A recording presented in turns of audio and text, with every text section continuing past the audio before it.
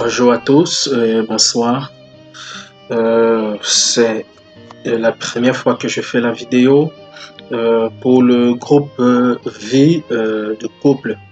Vie de couple, c'est le groupe que j'ai créé sur YouTube, WhatsApp principalement, pour pouvoir avoir une sorte de communion, de conversation avec les différents couples, pour pouvoir s'aider, pour pouvoir apporter un peu d'aide à chaque couple et vivre des expériences de couple dans le groupe. Alors j'ai créé le groupe Vie de couple dans WhatsApp et je compte mettre chaque jour ou bien chaque semaine un message et qui permet en fait que nous puissions partager et causer des situations du couple. Bon, aujourd'hui, je vais juste introduire un petit message qui traite sur l'aspect de comment restaurer une situation dans le foyer. Comment restaurer une situation dans le foyer, un problème, soit avec votre mari, soit avec votre femme. Comment restaurer. J'aime beaucoup prendre des expériences avec mon couple en moi. Alors, quand il y a une situation dans mon couple avec mon épouse, la plupart du temps, soit c'est elle, soit c'est moi qui cherchons à recoller rapidement le morceau de ce qui a été cassé. Ça veut dire quoi? Si je suis fâché, par exemple, avec mon épouse, il y a une situation, je me suis mis en colère. Parfois, c'est elle qui vient encore vers moi. Oh, moi, c'est moi qui suis fâché. Dans les normes, c'est moi qui dois aller vers elle parce qu'en fait, c'est ce que la Bible me recommande de faire. Mais qu'est-ce qu'elle fait parfois? C'est elle qui vient vers moi pour me dire chérie, qu'est-ce qu'il y a? Je te demande pardon parce que je t'ai amené à te fâcher.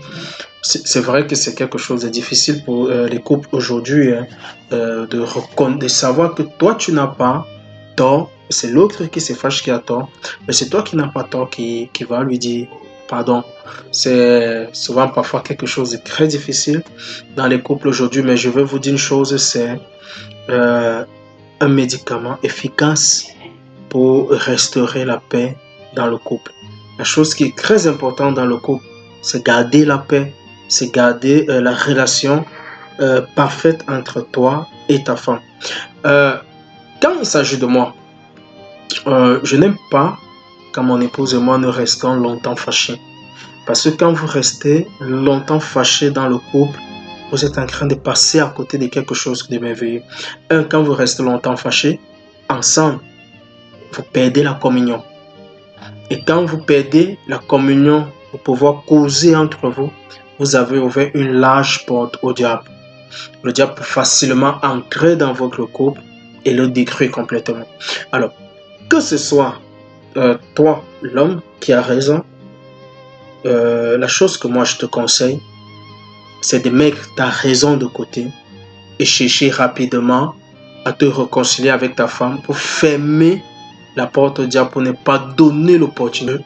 Alors de toujours chercher à coller le morceau, de ne pas rester dans ta position, de ne pas rester dans ta façon d'être et dire non, je suis l'homme, elle n'a pas le droit, c'est elle qui doit venir.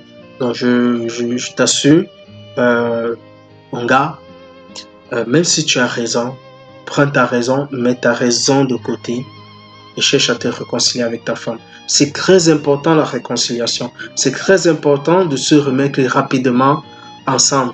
Dès l'instant où nous laissons un peu d'espace à Satan, je vous assure, ça devient une bombe nucléaire et ça devient très difficile à recoller les morceaux. Peut-être que ça va vous sembler bizarre, mais je vous dis parfois l'un des remèdes très importants dans le couple, c'est quand vous êtes fâché, faites l'amour. Il est très difficile de faire l'amour quand on est fâché. Ça, c'est quelque chose qui est vrai. Parce qu'on a mis plein de choses là dans la tête et on ne veut même pas voir la personne qui nous a mis en colère. Mais je vous dis, si vous réussissez à faire l'amour ensemble, vous avez résolu le problème. Parce qu'on ne peut que faire l'amour quand on est content. On ne peut que faire l'amour quand on est préparé. On ne peut que faire l'amour quand les deux cœurs sont en communion. Alors, si vos deux cœurs ne sont pas en communion, ça va être très difficile. Mais je vous assure, celui qui réussit à mener l'autre à avoir des rapports sexuels dans de telles situations, il a recherché la paix et il a restauré le couple. Donc, c'est des petits éléments comme ça que nous pouvons utiliser dans le couple pour pouvoir toujours garder la paix au milieu de nous. Toujours garder la paix au milieu de nous. Toujours faire des efforts pour garder la paix au milieu de nous. Je dois apprendre à laisser ma raison. Je dois apprendre à laisser mon privilège. Je dois apprendre à laisser mon intérêt pour faire parler l'intérêt de l'autre. La Bible dans Philippiens nous dit expressément que nous ne devons pas regarder à notre intérêt, mais nous devons regarder à l'intérêt de l'autre. Et un autre passage dans la Bible nous dit, l'amour ne recherche pas son intérêt. Alors, si je veux s'aimer l'amour dans mon couple, je ne dois pas chercher mon intérêt, je dois plutôt chercher l'intérêt de ma femme, je dois chercher l'intérêt de mon mari. Et c'est quand je suis en train de chercher l'intérêt de l'autre, c'est en ce moment que je suis en train de s'aimer l'amour, c'est en ce moment que je suis en train de planter l'amour. Donc, je pense que ces quelques conseils pour la première vidéo pourra vous aider. Abonnez-vous à la chaîne, cliquez des likes pour m'encourager. Et je pense qu'avec beaucoup de temps, avec beaucoup d'autres vidéos, nous pourrons vraiment construire quelque chose de beau, quelque chose de vrai dans nos couples. Je vous souhaite une très bonne journée ou une très bonne soirée, quel que soit l'endroit que vous vous trouvez dans le monde. Bonsoir, bonjour.